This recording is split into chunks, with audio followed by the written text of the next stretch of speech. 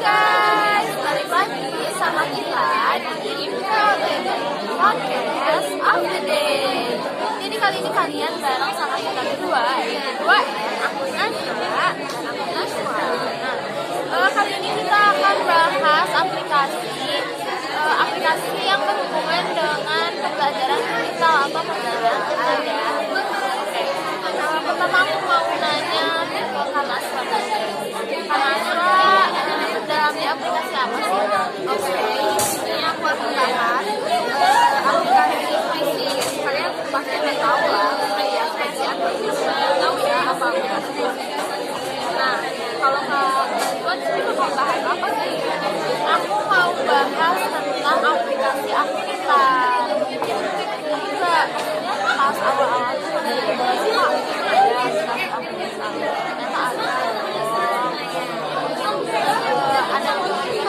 sama kayak aku ya, nggak tahu kalau ada aplikasi aktivitas. Siapa nih yang mau ditanya-tanya?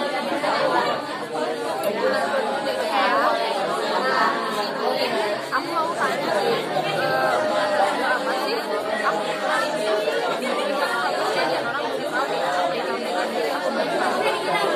Aplikasi aktivitas itu sendiri itu kayak aplikasi biasa kayaknya. Cuman dia tuh bisa ada tes buat mendaftarkan itu juga sama tes kemampuan dan tes tulisan. Jadi kalau aplikasi belajar online lainnya biasa lah ya, kayak ada tutornya, ada gurunya buat belajar online. Nah tapi kalau tes tulisan itu kayak jadi kita kadang nih buat teman-teman yang sekarang kelas 12 mereka tuh lagi bingung kan kayak mau daftar jurusan apa ya gitu kan, masih banyak banget yang kayak gitu. Nah jadi di sana tuh kita bisa tahu nih kita tuh lebih condong ke jurusan mana sih. Nanti dia kayak pas udah keterima jadi kita nggak akan merasa salah jurusan. Terus yang kedua itu ada apa sih tadi? Tes minat bakat. Ada kayak teman-teman nih kalau ditanya sama temennya lagi kayak aku apa sih, bakatku apa sih, kadang mereka kayak gue juga nggak tahu atau gue nggak ada bakat ya, nggak ada minat ya, dia kayak gitu. Di sini tuh jadi kita bisa ngetes minat dan bakat kita. Kayak misalkan minat kita tuh kemana sih? Minat aku tuh ke pelajaran kah, ke olahraga kah, ke kah. Terus yang selain juga ada tes kemampuan. Biasanya itu bisa pertemuan online. Iya kan, kalau misalkan buat teman-teman yang mau UTBK tuh biasanya buat banget itu try online. Nah di sana juga kita bisa soalnya ya Kak, nah kemudian aku mau tanya lagi deh, apa sih ada apa aja sih kira-kira fitur ada apa saja fitur di aplikasi aku bisa fitur di aplikasi aktivitas itu sama sih kayak tadi. Jadi ada aplikasi belajarnya, maksudnya ada fitur pembelajarannya gitu kayak misalkan kita lagi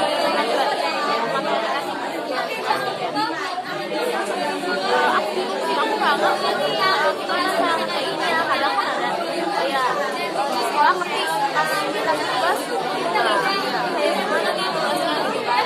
Nah di sana tuh jadi kita bisa tanya-tanya tentang soal-soal dan nanti kita juga dikasih cara penyampaiannya, jawabannya, jadi sampai bisa. Kalau itu kayak yang itu kalau tes kemampuan kayak minat bakat gitu ya, kan saya juga dikasih apa ya support ya, kayak soal-soal tapi yang bisa bikin soal-soal itu kembali tentang kemampuan dan minat bakat kita. Nah, aku tanya lagi kira-kira buat aplikasi itu bayar apa enggak sih? Mungkin nanti yang mau tanya nggak teman-teman banget kita kira-kira aplikasinya bayar apa enggak sih?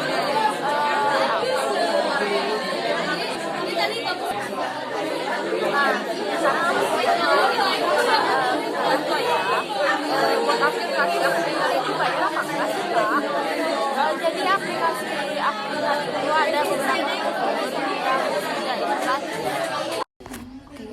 karena sampingan kamera kita ada yang salah full storage juga, jadi kita ganti kamera ya. Oke, kita lanjut ya. Aplikasi Quizzes ya tadi ya. Gimana sih Kak aplikasi Quizzes? Jadi aplikasi Quizzes itu merupakan aplikasi interaktif yang kalian bisa gunakan untuk mengerjakan soal. Nah, jadi di sini tuh kalian bisa menggunakan kuis, tapi kuis itu menyenangkan gitu Kak. Nah, jadi kalau kuis itu kalian tidak perlu memakai buku lagi, tetapi kalian udah bisa kerjain dalam pertemuannya dan menyenangkan lah tentunya. Kalian bisa lebih paham dengan materi yang diajarkan gitu. Oke, pastinya lebih seru juga ya buat ngerjainnya nggak bosan gitu kan. Kadang kalau belajar biasa itu kita bosan gitu ya, ini lagi jadi nggak masuk juga ke otak gitu ya. Aku juga mau nanya, fitur-fitur yang ada di aplikasi Quizzes itu apa aja sih Kak? Nah, jadi fitur yang ada di aplikasi Quizzes ini kalian punya avatar di situ maksudnya kekuatan.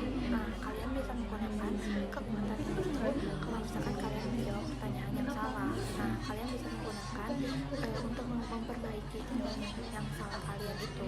Lalu ada musiknya juga Kak di sini tuh.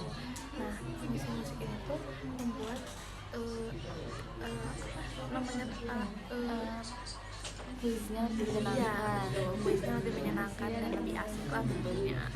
Oke, menurut Kakak aplikasi ini tuh direkomendasikan sih buat teman-teman kayak yang pengen belajar yang lebih menyenangkan, yang apa ya, yang kayak bingung nih kita cara belajarnya harus gimana, yang bingung nih ya kita belajarnya tuh harus gimana sih gitu kan, karena kayak gue pengen inovasi baru, aku pengen inovasi baru gitu. Nah, jadi aku sangat rekomendasi banget nih aplikasi ini karena di aplikasi ini tuh kalian bisa belajar dengan menyenangkan gitu kan, karena yang tadi aku jelasin di situ ada fitur musik dan fitur avatar yang kalian bisa apa ya sebutannya itu lebih menyenangkan ya, lebih menyenangkan lagi dan kalian akan lebih paham dengan materi yang kalian pelajari saat itu. Kan itu tadi aku tanya buat sesama teman ya, kalau buat guru nih apakah bisa dijadiin kayak semacam media pembelajaran yang berbeda sama media-media lainnya apa gimana nih? Nah, tentunya juga ya pada guru juga ini bisa dipakai gitu. Jadi guru itu bisa menggunakan aplikasi ini dalam melakukan penilaian kepada siswanya gitu Kak. Dan metode ini tuh akan menyenangkan murid-muridnya kan, karena di sini tuh dalam konteks gamifikasi gitu loh.